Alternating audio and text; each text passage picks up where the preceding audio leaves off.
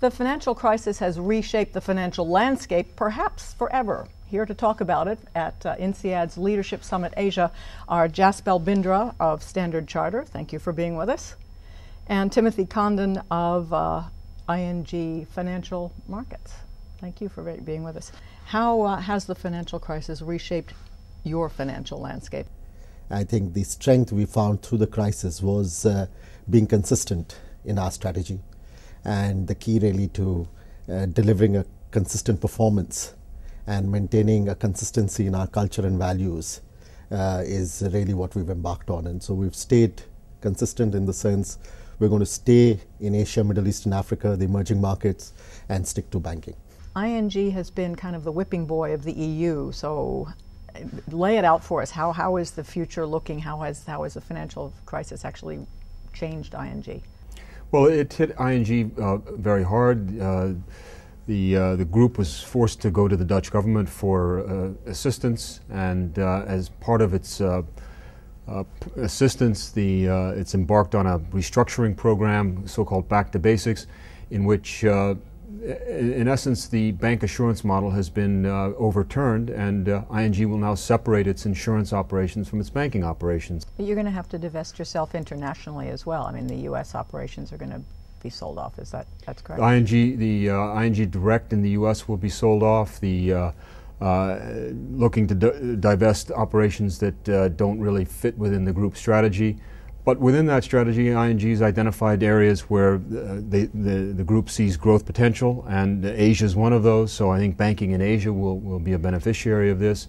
Obviously, banking in the Eurozone will be a priority, but ING will look for pockets of where it sees opportunity and trying to exploit those. But you had a very small bailout. I mean, we're looking at American bailouts. AIG, Citibank, those are in the billions, multiples billions. How much was your bailout? 10 billion euro from the Dutch government. Mr. Bindra, are regulators going too far? I think it's the point of view that you take, and it looks different from each angle. I mean, there'll be no doubt from a banker's point of view that we would say for all the 20 institutions that have taken some form of aid or the other from the government in the EU, that the kind of action that's being taken is pretty extreme.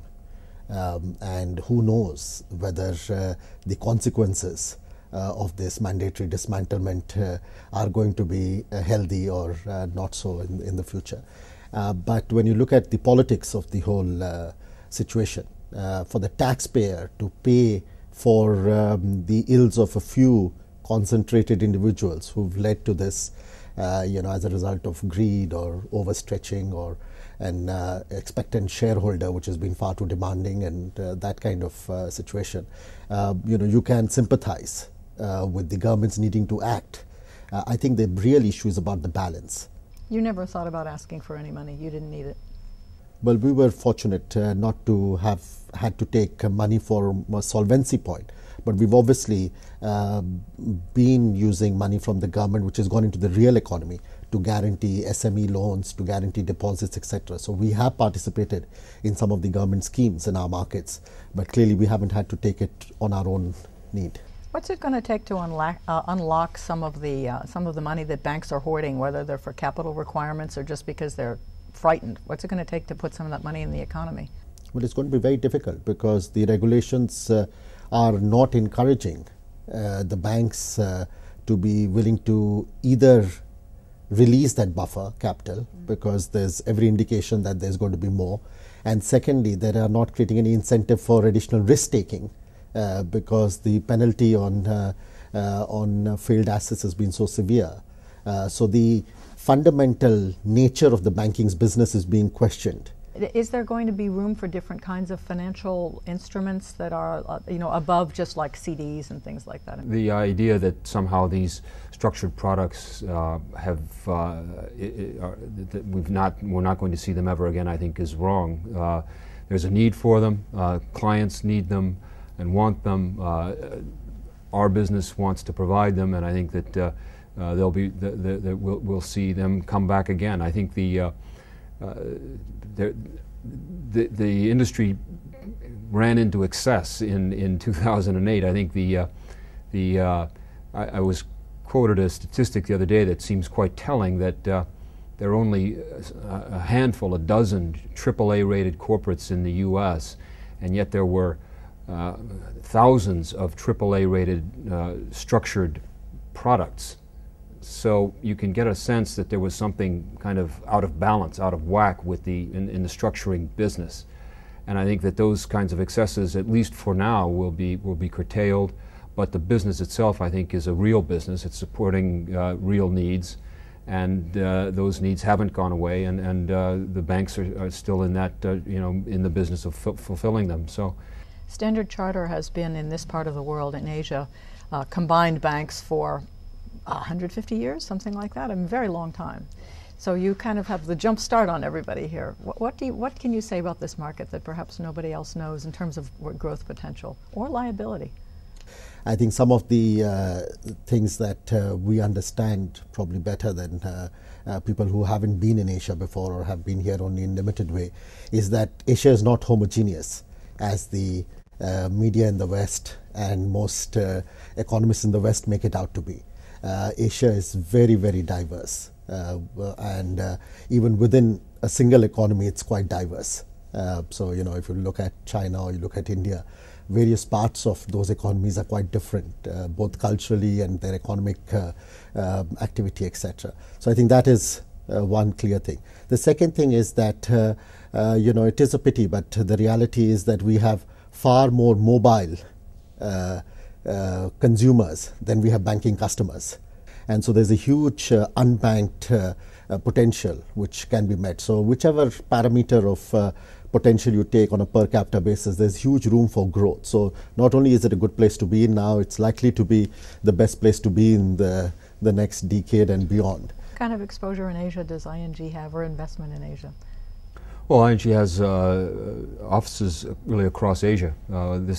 Singapore is the hub for our Asian operations, but we've got offices in Shanghai, Seoul, Manila, Jakarta, Kuala Lumpur, Bangkok. So we have a wide footprint in this part of the world, and the objective of management is to exploit that. And as Asia, I think all banks probably are singing from that same hymn sheet that Jaspal was just talking about, that Asia is the place to be for banking. When do you think we'll be out of the crisis? And I'm going to ask Mr. Bindra that after you answer. When will we? Is this, in other words, is this a V or a W or a U or an L, or It's a V. It's a V. So we're out of it. Up. I think it ended in. It took a while for markets to come to grips with the change in Fed policy that took place last September. And I would contrast that with what happened in China, where the authorities moved in immediately in September to more accommodative policies, and A shares bottomed out very shortly thereafter. By that you mean interest rates came down right away, and they didn't. They cut interest rates, they cut reserve requirements, then they announced the fiscal package, and that was the bottom in stocks, in the Chinese stock market. In the U.S., Bernanke changed policies in September, but it took, he began paying interest on reserves, which undermined the quantitative easing at the time. And I think it took markets a while to come to grips with that fact, and that was a good policy move, and that stock markets bottomed out in March. But I think that was the bottom. I don't think we're going to revisit those lows. There's a powerful inventory cycle working its way through the global economy, and I think that this is going to be we've seen the low in U.S. growth. We'll have another strong quarter in the fourth quarter, and then maybe not back to the 3% potential in the U.S. Next year, but something suitably close. And I think Asia will be a booming year for Asia. You can see China growing above 10%. Singapore, with the opening of the integrated resorts here, could see double-digit growth. You're sitting next to a very bullish man here. Do you agree with him? Well, I would agree to the point that the worst that we saw towards the end of 2008 and early 2009 is behind us, and we're coming out of that. But I wouldn't rule out the possibility of another dip, and even though I put a low probability to it. What I put more certainty to is the fact that the recovery will be very gradual and slow, particularly in the developed economies. And Asia will obviously see a faster growth out of this and quicker recovery. But Asia alone can't do it. You know, the world is a $61 trillion economy. China is 4.4 trillion out of that, whereas the US and EU put together are about 30 trillion. So clearly, if you put Japan, US and EU, that's more than half. And if you put all the BRIC countries together, that's less than 15% of the global GDP. So to believe that you know, it can be done purely on the basis of minus the developed world, I think is a little bit unfair. Outlook for the dollar. Is it going to crash? Is it going to remain where it is? Are we going to move away from it as a reserve currency? Have we moved away from it? The reality is that you're seeing a passive diversification out of the dollar.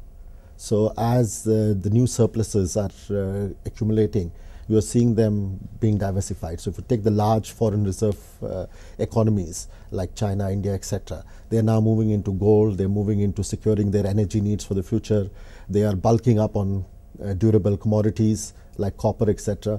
So clearly there is that. It is not in their vested interest to let the dollar crash. But you know, it is quite evident that they have a fear of the dollar devaluation. Do you see the euro as another reserve, or the Chinese currency, depending on where you are in the world? Well, the whole situation is that there isn't an alternative. If there was, then it would have been much easier to sort of move from one to the other. Europe has got its own challenges, the sterling has got its own challenges, the Chinese currency is not ready. You know, it may have all the strengths, but it's not ready because it's not freely convertible, it's not traded, etc., etc. So I think that is some time away. And as we saw with the sterling, you know, after sterling peaked in terms of its economic performance, it still remained the global reserve currency for about another 50 years. Do you agree with any or all of part of that? I look at the dollar as really part of monetary policy. I don't see that there's a real dollar policy. I think there's a monetary policy, and the dollar falls out of that policy. Right now, my conception is that monetary policy in the U.S. is quite tight. Bernanke has created a lot of monetary base, but he hasn't. He's absorbed or sterilized all of that money by paying banks to keep it as excess reserves, and as a consequence, the dollar, I think, is too strong. Bernanke's quite a hawkish central banker, and I see that that puts a floor, to my way of thinking, on under the dollar at around where it is, and it's where it's been for quite some time, sort of the high 140s, 150 level against the euro and the yen trading around 90. The issue of the reserve currency, I think, is a more serious one than I think is widely conceived. The authorities in China that I speak with seem determined to reduce their U.S. dollar exchange rate risk. Let me end by asking both of you your outlook for 2010. Yes, I think markets went for a very, very good year growth-wise. The global economy, I think, moving back to I agree with Jaspal that it's going to take some time, but 5% global growth, very rapid global growth, is maybe a couple of years away, but we're on track toward that end. Markets, I think, will be going higher next year. As I say, they're through their pre-Lehman crash levels in Asia. I think that they will move through them quickly in the U.S. in 2010, and in Asia they'll start to head back toward those October 2007 highs. Mr. Bindra, do you agree with that? Speaking for the footprint that we are in, which is largely Asia, Middle East and Africa, we feel very confident that 2010 will be a good year in comparative terms to 2009, 2008, etc. And that is really stemming from what we're hearing from our customers. There is a huge renewed confidence in their commitment to reinvest, in their commitment to grow. And if the interest rates were to be somewhat more flexible, and the exchange rates were a little bit more flexible, because we've seen a huge hit against the dollar, and I agree that the dollar is overvalued. I mean, if we got those two macro tailwinds, then obviously that would add the cherry to the cake. Gentlemen, thank you very much. Jaspal Bindra of Standard Chartered and Tim Condon of ING. Thanks.